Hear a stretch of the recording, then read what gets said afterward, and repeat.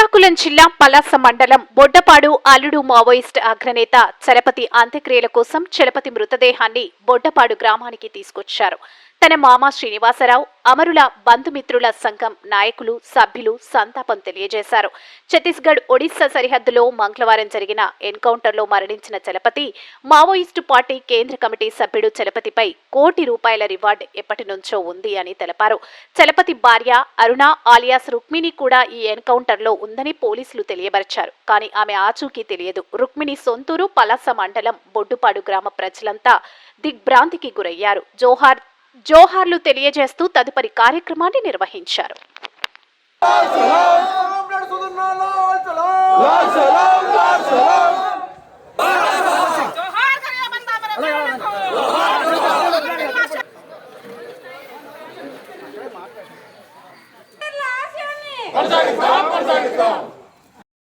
జిల్లాలో పార్టీ నిర్మాణాలు చేసినంటి, రాయచూరు పోరాటంలో ప్రాణాలు అర్పించినంటి మా బాలన్న నీకు ఎర్ర దండాలు, బాలన్న నీకు ఎర్ర దండాలు,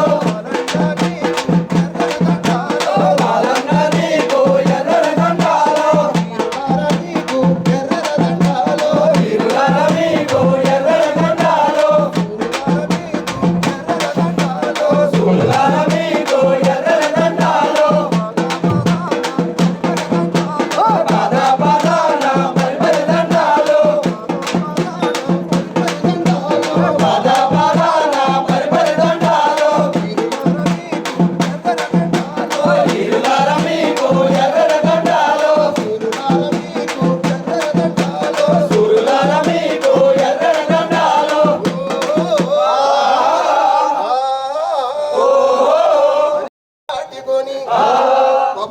పంటల్లో తమ ప్రాణాలు ఇచ్చినంటి మా రాజన్న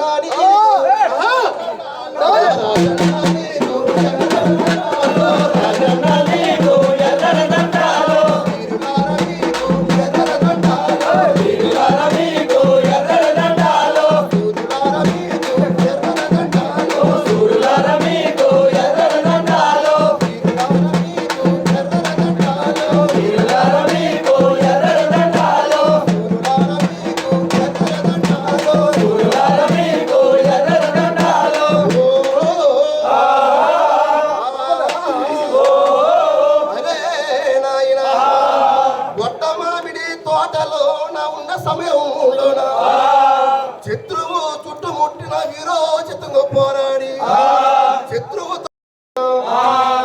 చిత్తూరు జిల్లా నుండి ఉత్తానం పల్లెలకు వచ్చి అక్కడ ప్రజల బాధలు చూసి ఆ ప్రజలు బతుకు బాగు చేయాలని చెప్పి చూసి బాధలు చూసి ఆ బాధలు పోయే మార్గాన్ని నడవాలని చెప్పి పాటలు చూపిరంటి మా సుధన్న నీకు ఎర్ర దండాలు, సుధన్న నీకు ఎర్ర దండాలు, ఎర్ర దండాలు, సుధన్న నీకు ఎర్ర దండాలు, వీరులార మీకు ఎర్ర దండాలు, వీరులార మీకు ఎర్ర దండాలు, పరిపరి దండాలు,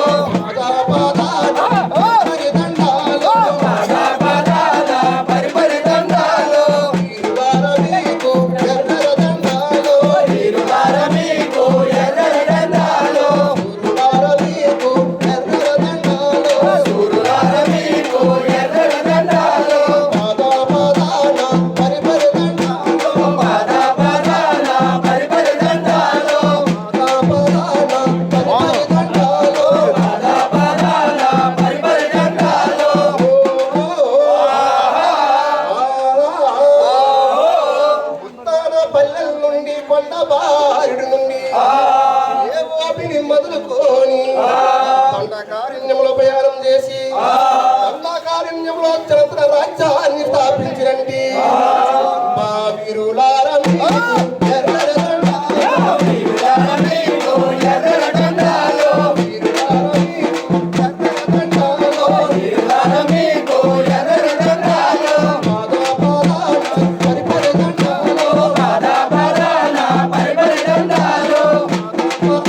Bye.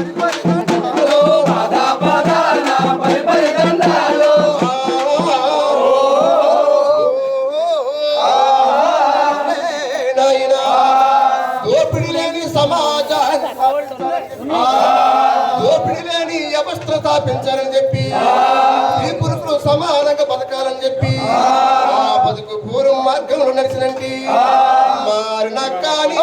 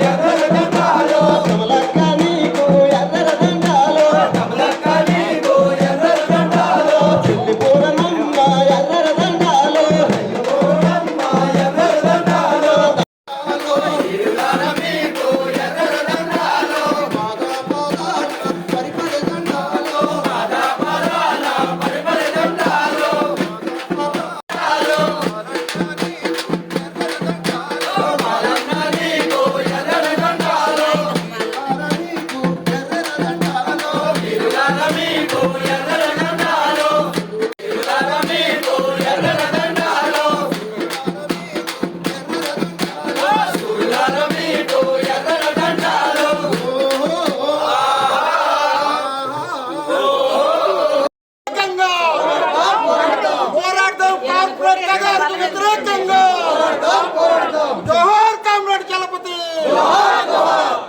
జోహార్ కామ్రేడ్ ప్రతాప్ రెడ్డి, జోహార్ కామ్రేడ్ రామచంద్రారెడ్డి, కొనసాగిద్దాం.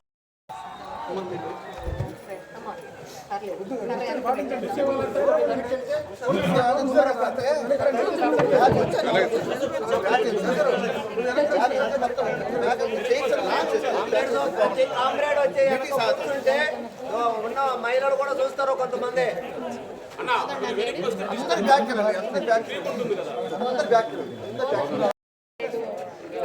రామచంద్రారెడ్డి గారు ప్రతాప్ రెడ్డి అలియాస్ చలపతి అలియాస్ స్వర్ణ అలియాస్ మనోజ్ అన్నకు జోహార్, అమర వీరులకు కొనసాగిద్దాం అమరవీరుల ఆశయాలను. అన్ని కూడా ప్రజలు పోరాడి సాధించుకున్నవే.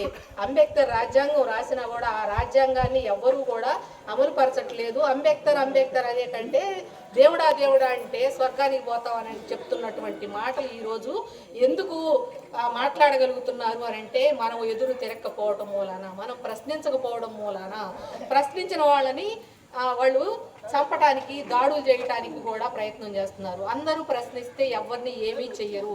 అందుకని మనం అందరం కూడా, ప్రజలందరూ కూడా ఏకతాటి మీద ఉండి, ఒక్క మాట మీద ఉండి మనం పోరాడి సాధించుకోవాల్సిందే, రాజ్యాంగంలో ఉన్నాయి అయినా సరే.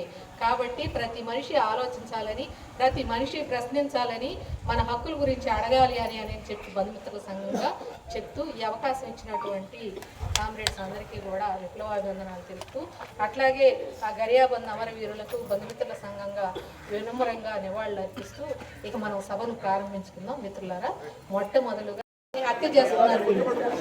మావోయిస్టుల పేరుతో ఆదివాసీ హననానికి కంకణం కట్టుకొని వాళ్ళందరినీ కూడా చంపేస్తూ, హత్యలు చేస్తూ, దాన్ని సమర్థించుకుంటూ మావోయిస్టుల పేరుతోని వాళ్ళందరినీ చంపివేసి అక్కడి నుంచి పంపేసి అక్కడ ఉన్నటువంటి ఖనిజ సంపదను పెట్టుబడిదారులకు కట్టబెట్టడానికి జరుగుతున్నటువంటి కుట్ర ఇది అని చెప్పి బంధుమిత్రుల సంఘంగా చెప్తున్నాము. ఈ ఆదివాసీల్ని క్యాంపులకు తరలించి వాళ్ళని సహకరించిన వాళ్ళని ఇన్ఫార్మర్లుగా ఉపయోగించుకుంటూ, సహకరించని వాళ్ళని ఈ ఎన్కౌంటర్లో 10 మందిని చంపివేయాలి, లేదంటే 20 మందిని చంపివేయాలి. నిన్న ప్రకటించడం ఏం ప్రకటించారు? 28 మంది చనిపోయారని చెప్పి ప్రకటిస్తున్నారు. ఎక్కడి నుండి 28 మందిని చంపేశారు? మావోయిస్టు పార్టీ అంతిమ శ్వాస తీసుకుంటుంది అని చెప్పి చెప్తున్నారు. అసలు మావోయిస్టు పార్టీలో మనుషులే లేరని చెప్తున్నారు.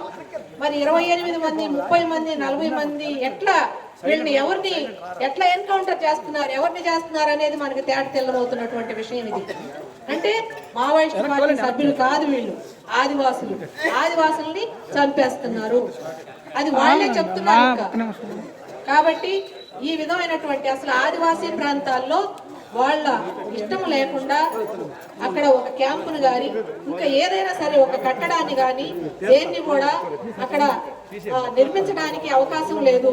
నువ్వే రాజ్యాంగబద్ధంగా 5th షెడ్యూల్లో భాగంగా వాళ్ళ ఇష్టం లేకుండా నువ్వు ఏది చేయడానికి వీలు లేనటువంటి పరిస్థితుల్లో అక్కడ సైనిక క్యాంపులు పెట్టి ఒక్కొక్క సైనికుడికి 9 మంది ఆదివాసీలకి ఒక్కొక్క పోలీసు లెక్కన అక్కడ ఉన్నారు. ఇవి లెక్కల ప్రకారం వాళ్ళు సైనిక క్యాంపుల లెక్కల ప్రకారము మనకి తెలుస్తున్నటువంటి విషయం ఇది. ఇంత ముందర కాశ్మీర్లో 6గురికి ఒక పోలీసు ఉన్నాడు, ఒక 6గురు పౌరులకి ఒక పోలీసు ఉన్నటువంటి పరిస్థితి. అట్లాంటి పరిస్థితి ఈరోజు మీరు తీసుకొచ్చి ఇక్కడ ఆదివాసీ ప్రాంతాల్లో పెట్టి వాళ్ళు మా ప్రాంతాల్లో సైనిక క్యాంపులు ఎత్తివేయండి, రాజ్యాంగబద్ధంగా చట్టబద్ధంగా మీరు నడుచుకోండి అని చెప్పి వాళ్ళు మాట్లాడుతుంటే అసలు మీరు మాట్లాడడానికి వీలు లేదు. మీరు ఊరు దాటి పోవాలంటే మీ ఆధార్ కార్డు చూయించుకోవాలని చెప్పి చేస్తున్నటువంటి ప్రభుత్వ చర్యలను మేము బంధుమిత్రుల సంఘంగా ఖండిస్తున్నాం. ఎందుకంటే ఏ విధంగా మీరు పరిపాలకులుగా ఉంటారు, ప్రజలకు జవాబుదారులుగా ఉండాల్సినటువంటి ప్రభుత్వాది నేతలు ఓట్లు అడుక్కునేటప్పుడు సక్రమంగా మేము మీకు అది చేస్తాం ఇది చేస్తామని చెప్పి రాజ్యాంగాన్ని గౌరవించకుండా ఈరోజు ప్రభుత్వంలో ఉన్న వాళ్ళు రాజ్యాంగబద్ధంగా నడుచుకోనప్పుడు మీరు ఏ విధంగా హోమ్ మినిస్టర్గా ఉంటారండి? ప్రధానమంత్రిగా ఏ విధంగా ఉంటారు? ప్రజలను చంపివేస్తున్నారు. ఈరోజు ఇక్కడ పోతనపల్లి రుక్మిణి అలియాస్ అరుణ ఇతని భార్య, ఆమె హత్యగావించబడింది ఇదే విధమైనటువంటి ఎన్కౌంటర్లో. ఆయన తర్వాత ఇంకొక ఆమె జీవన సహచరిగా ఆయన చేసుకున్నాడు. ఈరోజు ఇక్కడికి తీసుకొస్తే ఇక్కడ ఉన్నటువంటి ఏరియా CISIలు ఇక్కడ ఉన్నటువంటి వాళ్ళకి ఫోన్లు చేసి మీరు మామూలుగా అంత్యక్రియలు చేసుకోకుండా మైకులు పెట్టినా లేదంటే శవయాత్రలు చేసినా మేము మీ మొత్తం మీద కట్టగట్టి మేము FIR నమోదు చేస్తాం, మీ మీద కేసులు పెడతామని బెదిరిస్తున్నారు. మేము రాజ్యాంగబద్ధంగా పరిపాలిస్తామని చెప్పి వచ్చినటువంటి వాళ్ళు మీరు ఆయన మావోయిస్టుగానే చంపేశారు. మావోయిస్టుగా చంపేసినప్పుడు ఆయన అంత్యక్రియలు ఏ విధంగా ఎప్పుడు చేస్తామో అట్లాగే ఈ రోజు కూడా చేస్తున్నాం. ఆయన ఇక్కడ తీసుకొచ్చే హక్కు ఉంది. ఈ సుభద్ర వాళ్ళ అమ్మ ఇక్కడ ఉంది, పోతనపల్లి రుక్మిణి వాళ్ళ అమ్మ రుక్మిణి అలియాస్ అరుణ, అట్లాగే వాళ్ళ ఇప్పుడు చేసుకున్నటువంటి జీవన సహచర్య అరుణ వాళ్ళ నాన్న వెళ్ళి తీసుకొని వచ్చారు. ఎందుకు ఈ విధంగా ప్రవర్తిస్తున్నారు? ఎప్పుడు ఎక్కడా కూడా రాజ్యాంగబద్ధంగా వాళ్ళని చంపివేసే దగ్గర నుంచి వాళ్ళ అంతిమ యాత్ర వరకు చివరికి ఒక మాటలో చెప్పాలంటే వాళ్ళ బూడిదతో సహా అస్థికలతో సహా కొట్లాడుతున్నారు ప్రభుత్వాలు. ఎందుకంత భయం? ఏం చేస్తున్నారు వాళ్ళు? మీరు అక్కడికి వెళ్ళి చంపేసామని అంటారు. ఎవరు కంప్లైంట్ ఇచ్చారండి మీకు? ఎవరైనా వాళ్ళు మా మీద హింస జరుపుతున్నారని కంప్లైంట్ ఇచ్చారా? ఇవ్వలేదు. ఎందుకు అని అంటే ఈరోజు మనం ఇప్పుడు ముందుగా చెప్పుకున్నట్టుగానే ఏ కంప్లైంట్లు అవసరం లేదు. అక్కడ ఉన్నటువంటి మీ మీద కంప్లైంట్ ఇస్తున్నారు వాళ్ళు జనాలు.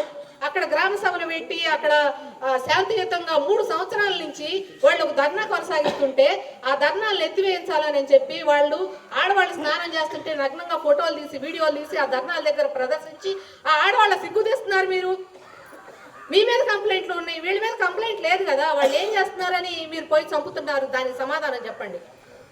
మేము మావోయిస్ట్ పార్టీని పూర్తిగా 2026 మార్చి వరకు, అది కూడా మార్చి వరకు నిర్మూలిస్తాం అని చెప్తున్నారు. దేనికి నిర్మూలించదలుచుకున్నారో కూడా మీరు సమాధానం చెప్పాలి.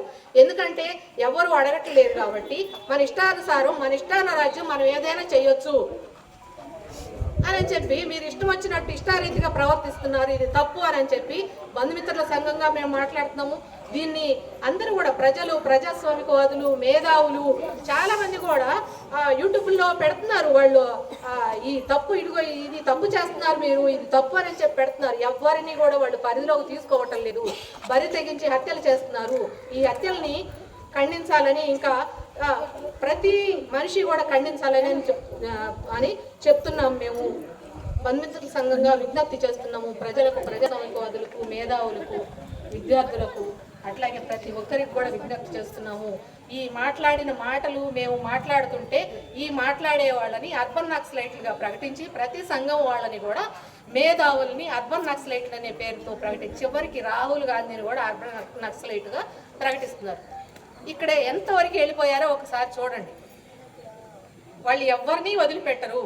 ఈరోజు ఏదైతే అడవిని విధ్వంసం చేయడానికి వాళ్ళు పూనుకున్నారో ఆ విధ్వంసం చేసిన తర్వాత ప్రతి మనిషి కూడా ఆక్సిజన్ లేక జీవనదులన్నీ ఎండిపోయి అంతా బూడిదైపోయి నీరు గాలి లేక చచ్చిపోయేటువంటి పరిస్థితి. కాబట్టి ప్రతి మనిషి కూడా ఈ విషయాన్ని మనము గ్రహించుకోవాలి. మనకు కావాల్సింది ఫ్రిడ్జ్లు, కార్లు, బైకులు ఇవి కాదు. మనకు కావాల్సింది ఫస్ట్ గాలి, నీరు, తిండి, గుడ్డ, కూడు, గూడు ఇవన్నీ కూడా కావాలి. ఇవన్నీ ఉండాలి అంటే అడవులు ఉండాలి. అడవులు ఉండాలి అని అంటే అక్కడే ఆదివాసీలు ఉండాలి. ఆ ఆదివాసీలు అక్కడ ఉండాలంటే ఇప్పుడు 5th షెడ్యూల్ దాన్ని ఖచ్చితంగా అమలు చేయాలి. రాజ్యాంగబద్ధంగా నడుచుకోవాలి. ప్రతి పౌరుడు, ప్రతి ప్రభుత్వాధినేత ఎవరైతే చెప్పుకుంటారో, ప్రధానమంత్రిగా, హోంమంత్రిగా చెప్పుకుంటున్నారో వీళ్ళందరూ కూడా నడుచుకుంటేనే వాళ్ళు ప్రధానమంత్రిగాను హోంమంత్రిగాను ఉండగలుగుతారు అనేది మేము చెప్తున్నాము. మేము చివరి యుద్ధం చేస్తున్నామని చెప్పి ప్రభుత్వ పాలకులు చెప్తున్నది ప్రభుత్వాలు చెయ్యవు. చివరి యుద్ధము ప్రజలు చేస్తారు. ప్రజలు చరిత్రను నిర్మిస్తారు. ప్రతి హక్కు కూడా ప్రజలు పోరాడి సాధించుకున్నదే.